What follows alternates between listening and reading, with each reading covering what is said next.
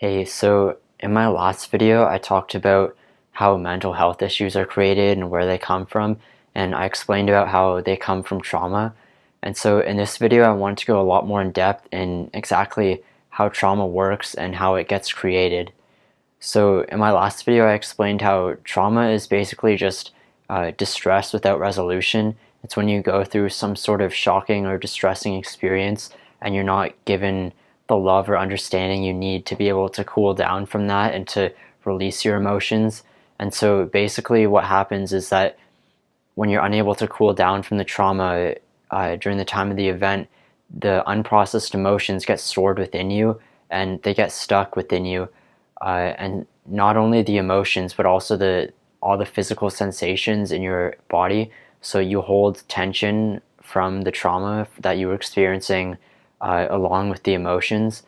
And so all this stuff gets trapped in your body and in your mind, and that's what creates the mental health issues, and that's sort of how trauma works. So there's different levels and severities of trauma.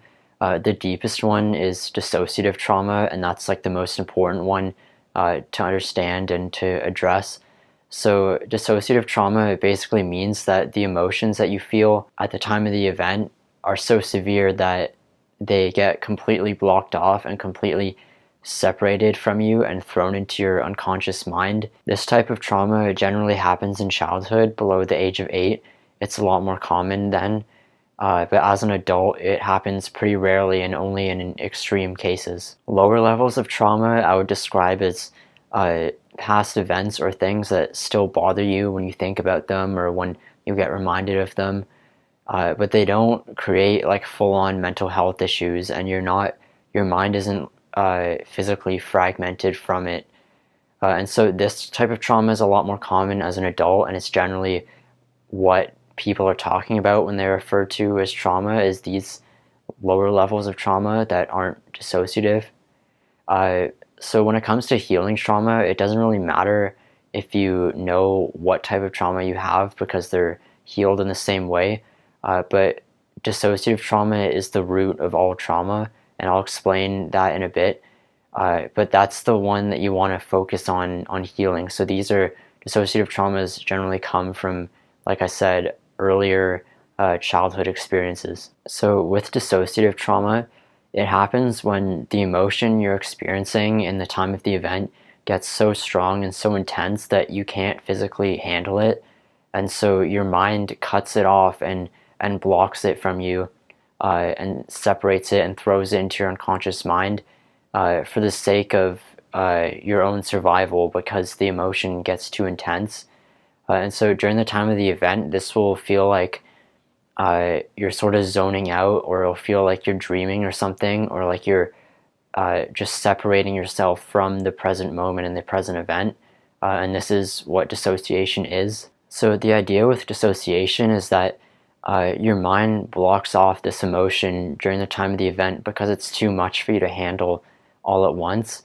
And then it's sort of expected that once you reach safety and the event is over, that you go back to the emotion and you process it, and that will allow it to release, and then it becomes a part of you again, and then you won't be stuck in trauma and you won't have any effects from the traumatic experience.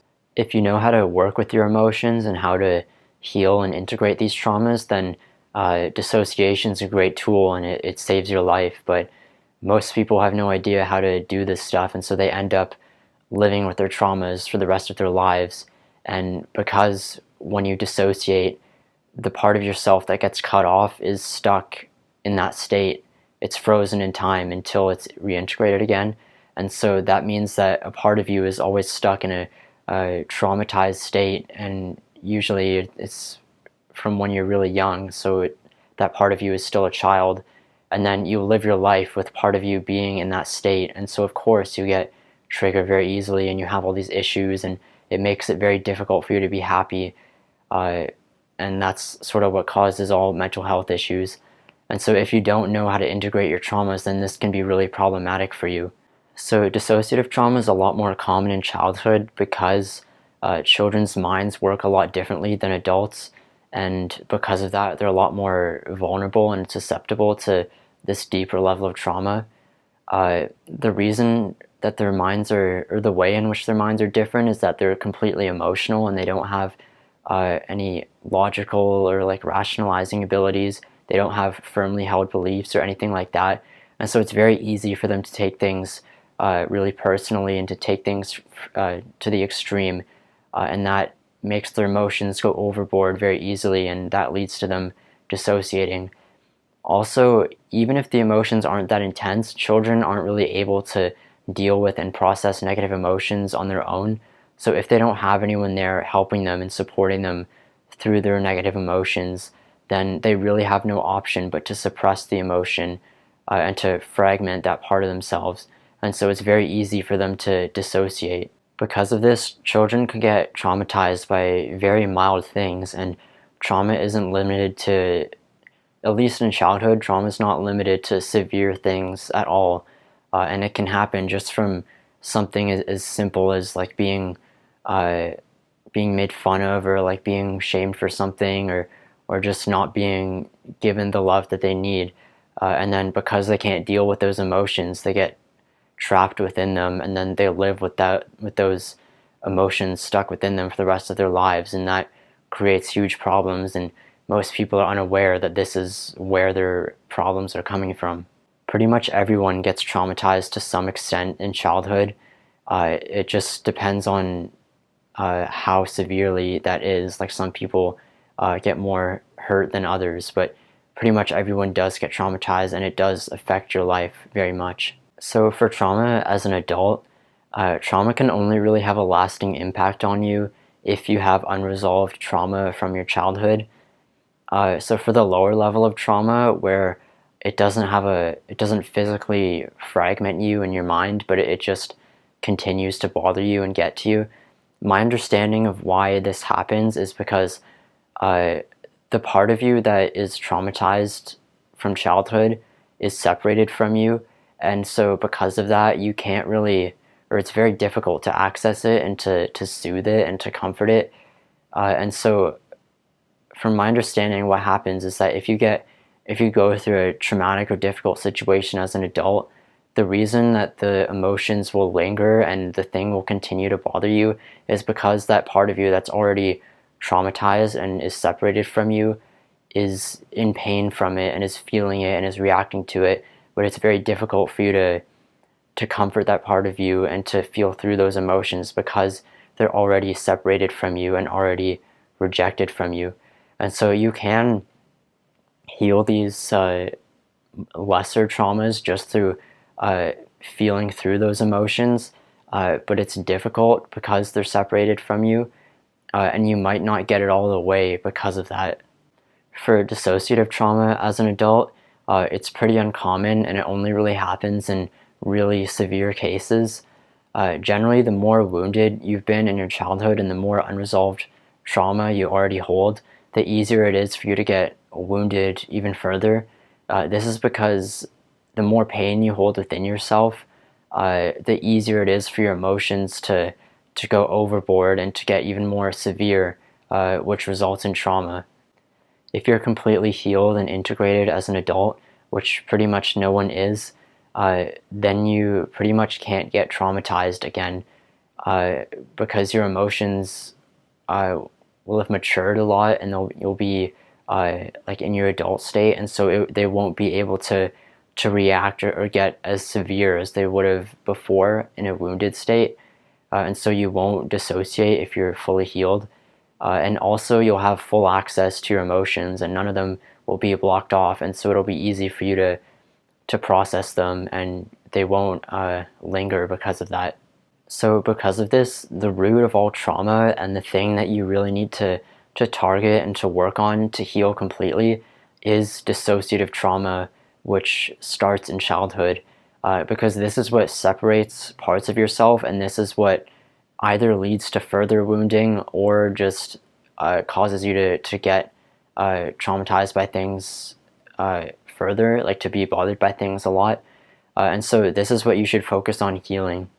So I'm going to give like a brief idea of what it takes to heal.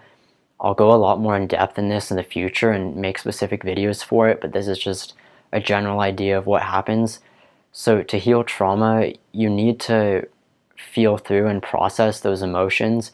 Like I said before about how dissociation works, this is the whole point of that mechanism, is that you revisit those emotions at a later date and you process them, and that's what releases the pain and the trauma, and that is what will fully heal you.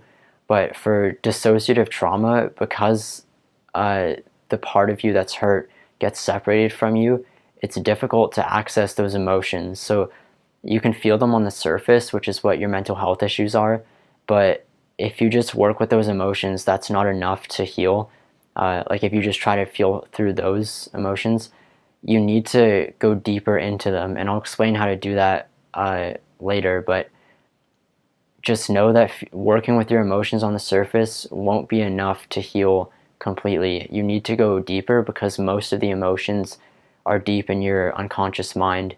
But if you can access those and feel through them, that's how you heal deep-rooted dissociative trauma. Another thing I wanted to mention is that a lot of people get caught up with trying to think of the memory or the event that happened that caused them to get traumatized. And first of all, with dissociative trauma, which is what you should be focused on, that usually happens at such a young age. Like I said, below the age of 8, but really most commonly during the ages of 3 and 5, which is during the time of socialization.